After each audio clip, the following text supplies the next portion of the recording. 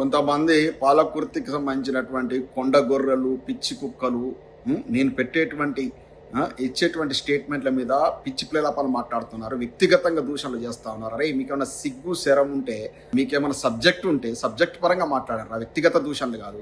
బరాబర్ మాట్లాడతారు. అమెరికాలో ఉండి మాట్లాడతారు. అమెరికాలోనే ఉన్నారా? భారతమాత ముద్దు బిడ్డలు రావు. సమైక్యవాదులకు సుక్కలు చూపించినటువంటి మానుకోట జిల్లా వాస్తవ్యునరా? తొర్రూరుకు నాకే తొర్రూరు ఏ జిల్లాలో ఉందిరా? మానుకోట జిల్లాలో లేదురా? యూజ్లెస్ ఫెలోస్ సబ్జెక్ట్ మీద మాట్లాడరు రాక నేను విమర్శిస్తుంటే రాజకీయంగా విమర్శిస్తున్నారా? నాకేమైనా గెట్టు పంచాయతీ ఉన్నదిరా? Useless fellows. సిగ్గుశరం ఉంటే ఆమె ఆక్రమంగా భారత రాజ్యాంగానికి విరుద్ధంగా ఒక విదేశీయురాలు ఉండి గుర్తూరులో కొన్ని 60-70 ఎకరాల మీద పోరాటం చేయండి రా, సిగ్గులేని వెదవల్లారా. నేను ఆమె యొక్క చెప్పుతున్న అబద్ధాలను, ఆమె చేస్తున్న ఆక్రమాలను వెలికి తీస్తున్నారా?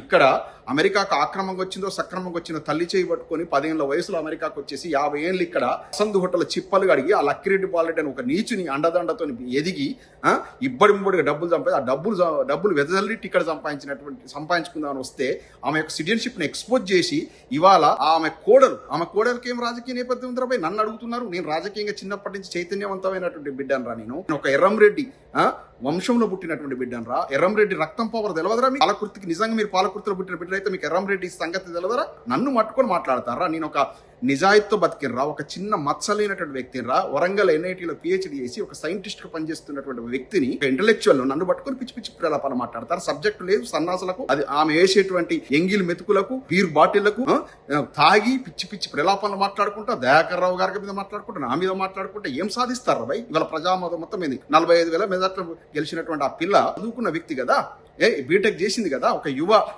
లీడర్ కదా, ఎంత ఆదర్శంగా ఉండాలి. 9 సీట్లు వచ్చిన బీఆర్ఎస్ పార్టీ సీట్ వదలకుండా ఏంది ఆక్రమ పద్ధతులు ఏంది? ఆమె తీసుకొచ్చి ఆ యొక్క కడియం శ్రీ గారి కూతురు తీసుకొచ్చేసి ఆక్రమంగా ఓటేయించి ఇవన్నీ ఎక్స్పోజ్ చేస్తే తట్టుకోలేరా? ఏదంటే సబ్జెక్ట్ పరంగా మాట్లాడండి. Useless fellows.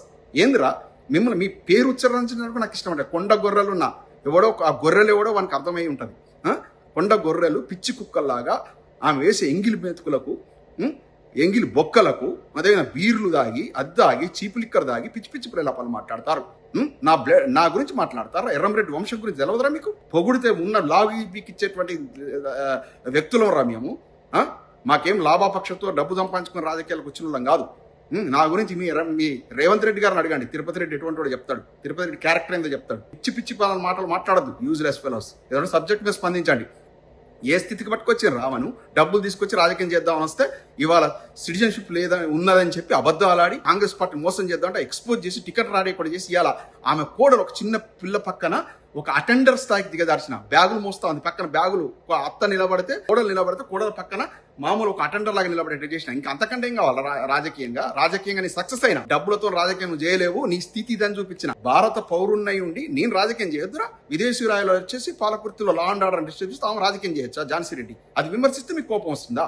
సిగ్గుంటే అజ్జా ఉంటే ఆమెను అడగండ్రా, నీ సిటిజన్షిప్ ఏందని చూపించమనరా. నేను నోరు మూసుకుంటారా? సిటిజన్షిప్ చూపించమనండి. ఇండియన్ సిటిజన్షిప్ కానామే అమెరికా సిటిజన్ అయి ఉండి ఇండియాలో ఎట్లా రాజకీయం చేస్తుందిరా? నేను ఒక భారతీయునిరా, నేను బరాబర్ గ్రీన్ కార్డుతో ఉన్న భారతీయుని, నేను బరాబర్ నేను రాజకీయం చేయొచ్చురా. నాకు ఎలిజిబిలిటీ ఉంది కాబట్టి మాట్లాడుతున్నా. నేను ఆ ప్రాంతానికి చెందలేదు. ఎక్కడ ఖమ్మంలో పుట్టిన ఝాన్సీ రెడ్డి, ఎక్కడ అమెరికాలో పౌరసత్వం తీసుకున్నాం వచ్చి రాజకీయం చేయొచ్చు. ఎక్కడ మహబూబ్నగర్ లో పుట్టిన ఎస్ఎస్ రెడ్డి వచ్చి రాజకీయం చేయొచ్చు. ఇక్కడనే ఉన్నటువంటి పర్వతగిరికి చెందినటువంటి దయాకర్ రావు గారు రాజకీయం చేయొద్దు. నేను మహబూబాద్ జిల్లాకు సంబంధించి నేను రాజకీయం చేయొద్దు. సిగ్గుందారా వెదవల్లారా? ఏమంటే సబ్జెక్ట్ పరంగా మాట్లాడండి. Useless fellows. ఇవన్నీ వదిలేసి ఆమె చేస్తున్నటువంటి మా పోరాటం ఆగదు. అరే ప్రాణాల మీదనే మేము భీతి లేని వాళ్ళం. మేమేమన్నా భయపడటం అనుకుంటున్నావురా?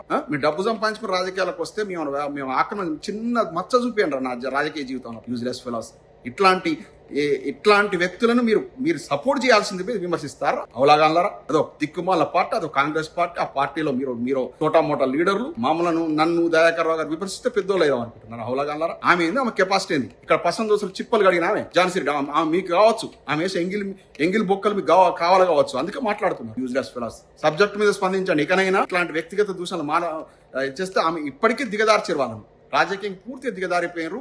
ప్రజామోదం 45,000 మెజార్టీతో గెలిచిన వాళ్ళు ఇవాళ ఎందుకురా తొర్రూరులో ఓడిపోతురి, పెద్ద పెద్ద గ్రామ పంచాయతీలను ఓడిపోతురి. మొత్తం ఇవాళ ఇవాళ బీఆర్ఎస్ పార్టీ ఒక 10-15 వేల మెజార్టీ వచ్చింది గ్రామ పంచాయతీలను తొర్రూరును కలిపితే. ఎందుకు వచ్చిందిరా ఈ దుస్థితికి? ఎందుకు వచ్చింది? రివ్యూ చేసుకోండి. ఆమె వాళ్ళకి ఎట్లా సిగ్గు శరం లేదు మీ నాయకురాళ్లకు. మీకన్నా ఉంటే రివ్యూ చేసుకోండి ఏం జరుగుతుంది ఏం కథ అని. ఆమె పక్కన ఆమె నాయకురాలు చేసి ఝాన్సీ రెడ్డి నాయకురాలు చేసి నాయకులంతా ఇప్పుడు ఎక్కడన్నారా? వాళ్ళకి వచ్చిన పరిస్థితి మీకు రాదురా? వాళ్ళకంటే మీరు పెద్ద మొగోళ్ళారా? ఆమెకి ఎవరైతే సాయం చేస్తారో వాళ్ళని బొంద పెడుతుంది. అటువంటి దిక్కుమాలిన వ్యక్తిని పట్టుకొని మీరు నాయకురాలను ఎగిరిస్తున్నారు. సిగ్గుశారాలని యూజ్లెస్ ఫెలోస్.